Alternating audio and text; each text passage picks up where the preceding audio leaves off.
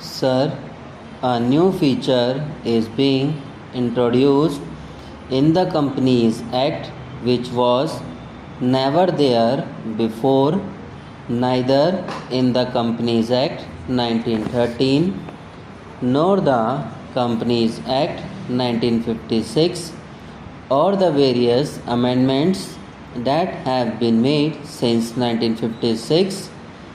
Only an abridged form of the profit and loss account and the annual report will be sent to the shareholders, and on payment of fee he will be entitled to get the full report as he is getting now. If the Honorable Minister looks into the representations from various shareholders associations over the years, you will find that even the existing requirement of information to be provided to the shareholders is not enough. In fact, shareholders associations have already represented that the information given to them should be much more specific. In companies which have got various divisions, it should be division wise. There are a lot of other features which they have pointed out from time to time. Here we find a bill which has been ostensibly brought to protect these very small shareholders and depositors, which takes away even the existing rights being given to them. It is a very serious matter. In corporate functioning, as we have seen over the last few years, I may venture to say that even the SACHAR committee recommendations have become a little out of date, because in the last 5 years, especially after this government has come to power, there has been a sea change in the operation of the corporate sector. This particular act, which is the main act governing the administration of the companies in the corporate sector, cannot be effective in spite of over 600 sections and a vast army of company law administration officials all over the country. The small depositors and the shareholders will always be left at the mercy of a certain government bureaucrat or a certain department. For instance, in spite of all these powers which the Company Law Board enjoys, this particular amending bill says that certain powers will be shifted from the High Court to the Company Law Board. It makes no difference. The ultimate authority is the government.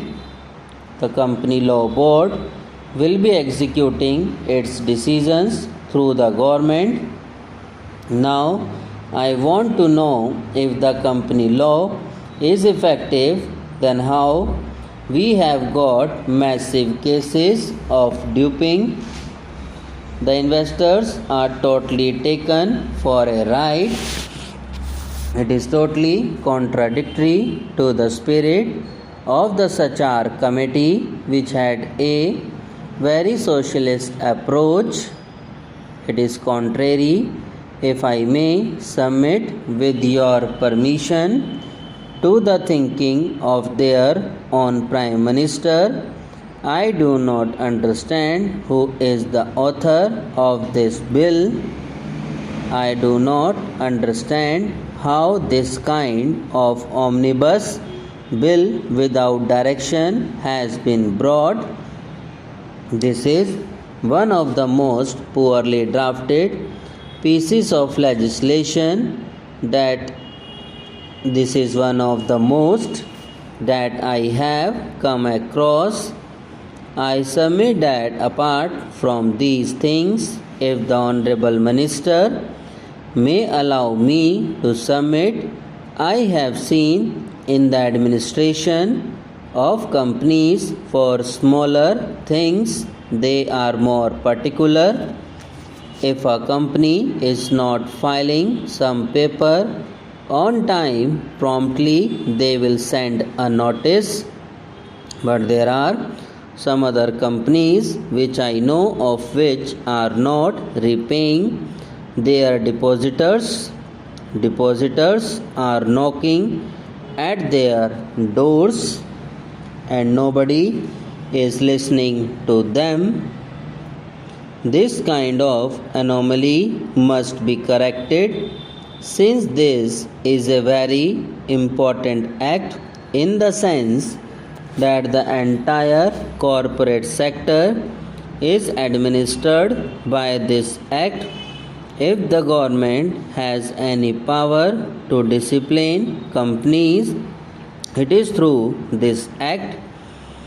And if this act is treated in such a callous manner, I am at my wits' end to understand how larger companies will ever come within the framework of any discipline at all. They will not. Whenever any controversy starts, we start the controversy of the public sector and the private sector. This is a needless controversy. In this country, we need the private sector and we need the public sector. In this country, we need larger companies and we need small companies. Everybody must play his role as per the scheme of the Constitution, as per the scheme of various resolutions. We in the opposition may or may not agree with the government's policies, but just now the government policies must adhere at least to what their own avowed objectives are. This bill does not even conform to their own pattern. It is strange to me.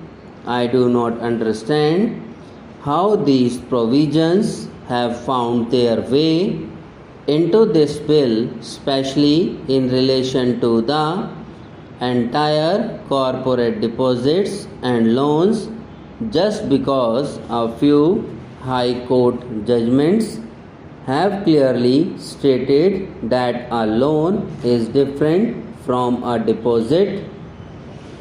The reason you are giving is that this bill also include the provision to plug loopholes and remove some lacunae.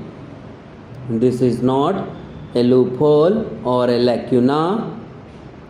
Loans and deposits are two different things, but by an act of parliament we are trying to change the context and the meaning of the entire corporate functions, operations and functions. Subscribe now and press the bell icon. Never miss an update.